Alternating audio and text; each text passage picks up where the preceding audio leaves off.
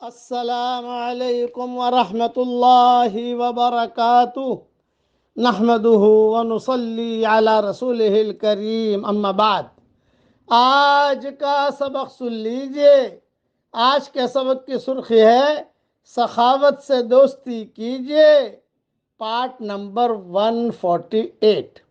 رسول اللہ صلی اللہ علیہ وسلم فرماتے ہیں، 3 باتوں پر میں قسم کھاتا ہوں۔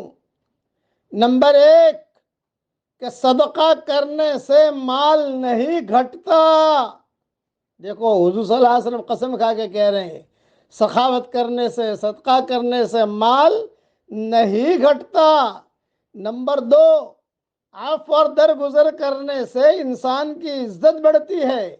کسی کو معاف کر دو، بیوی سے چوک ہو گئی معاف کر دو، شوہر سے چوک ہو گئی معاف کر دو، یہ کہ معاف کرے آدمی، بیٹے سے چوک ہو گئی معاف کر دو، ساتھی سے چوک ہو گئی معاف کر دو۔ تو عفو اور درگزر کرنے سے انسان کی عزت بڑھتی ہے۔ نمبر 3 تواضع اور عاجزی کرنے والے کو اللہ تعالیٰ بلند مرتبہ عطا کرتا ہے۔ مستدرک کی حدیث میں بھی ہے، جو شخص یہ چاہے کہ اس کی بنیاد بلند ہو اور اس کے درجے بڑھے تو اسے ظالموں سے درگزر کرنا چاہیے اور نہ دینے والوں کو دینا چاہیے اور توڑنے والوں سے جوڑنا چاہیے۔ اور حدیث شریف میں یہ بھی ہے کہ قیامت کے دن ایک پکارنے والا پکارے گا کہ اے لوگوں سے درگزر کرنے والوں، اپنے رب کے پاس آؤ اور اپنا اجر لو۔ مسلمانوں کی خطاؤں کو معاف کرنے والے جنتی لوگ ہیں۔ یہ ساری حدیثیں میں نے جو نقل کی ہے تفسیر ابن کثیر جلد اول اور صفحہ 467 پر یہ حدیثیں موجود ہیں۔ بعض روایتوں میں یہ بھی ہے کہ اے ابن آدم، اگر غصے کے وقت تو مجھے یاد رکھے گا، یعنی میرا حکم مان کر غصہ پی جائے گا، تو میں بھی اپنے غصے کے وقت تجھے یاد رکھوں گا، یعنی ہلاکت کے وقت تجھے ہلاکت سے بچا لوں گا۔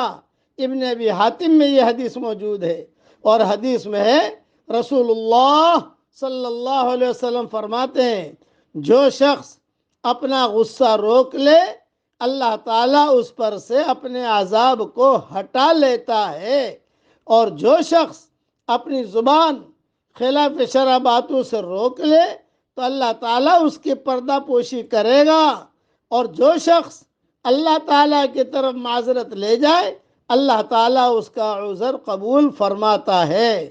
یہ بھی روایت تفسیر ابن کثیر جلد اول صفحہ 466 سے میں نے لی ہے۔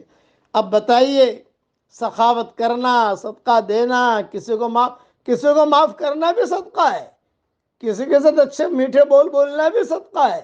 کڑوے بول سے بچیے اور کڑوے مزاج سے بچیے، میٹھا مزاج پیدا کیجئے، لیکن اس میں منافقت نہ ہو، اللہ کے لیے ہو۔ اس لیے اپنی زبان پر بھی قابو رکھیے، اپنی آنکھوں پر بھی قابو رکھیے، اپنی شرمگاہوں پر بھی قابو رکھیے، اپنے مزاجوں پر بھی قابو رکھیے، اور یہ ذہن میں رکھنا حشر کے میدان میں بہت لوگ بہت نیکیاں لے کر آئیں گے، بہت نیکیاں، نمازیں، عمرے، حج، مسجدیں بنائی ہوں گی، بہت چلے لگائے ہوں گے، 3 چلے لگائے ہوں گے، سال لگائے ہوں گے، اور بہت امامت کی ہوگی، بہت قرآن پڑھا ہوگا، بہت بیانات کیے ہوں گے، یہ لے کر آئیں گے، لیکن حق والے آئیں گے سارے کے سارے، اور وہ حق والے آ کر کہیں گے، اللہ پاک اس نے مجھے گالی دی تھی، اللہ پاک اس نے مجھے مارا تھا، اے اللہ اس نے مجھے دھوکہ دیا تھا، اے اللہ اس نے میری زمینیں ہڑپ کر لی تھی، اے اللہ۔ تو اللہ تعالیٰ سب کے اس کی نیکیاں سب کو دیں گے کہ چلو نماز اس کو دے دو بھائی، اس کا چلہ اس کو دے دو، 3 چلے اس کو دے دو، سال اس کو دے دو، حج کرتا تھا فلاں حج اس کو دے دو، یہاں تک کہ عمرہ کرتا تھا وہ عمرہ بھی اس کو دے دو، یہاں تک کہ مسجد بنائی تھی، 100 مسجدیں بنائی تھی، تو 100 آدمیوں کو اللہ تعالیٰ اس کا حق کے مطابق دے دیں گے پکڑ، پھر بھی جو ہے مانگنے والے بچیں گے تو اللہ تعالیٰ سے اللہ تعالیٰ کہے گا تیرے پاس تو کوئی نیکی رہی نہیں، ساری نیکیاں تو تیری نکل گئی، چلو بھائی ان کے گناہ ڈالو اس پر، اب دوسروں کے گناہ ڈالے جائیں گے اور اسے گھسیٹ کر جہنم میں ڈال دیا جائے گا۔ یہ روایت مسلم شریف میں ہے۔ اس لیے نیکیاں کیجیے بھی اور نیکیاں بچائیے بھی، اور کسی کا حق ہم پر قیامت کے میدان میں نہ رہے اس کی کوشش کریں۔ اللہ تعالیٰ ہم سب کو عمل کرنے کی توفیق عطا فرمائے۔ اب پڑھ لیجئے میرے ساتھ، الحمدللہ حمدن حمدا، الحمدللہ حمدن حمدا۔ اللہ تعالیٰ کو تعریف بہت پسند ہے، اس لیے اللہ کی تعریف کیجئے۔ اللہ تعالیٰ ہم سب کو وہ کام کرنے کی توفیق عطا فرمائے جو اسے خوش کر دے، اور جو کام سے اللہ ناراض ہوتا ہو ہم سب کو بچنے کی توفیق عطا فرمائے۔ آمین۔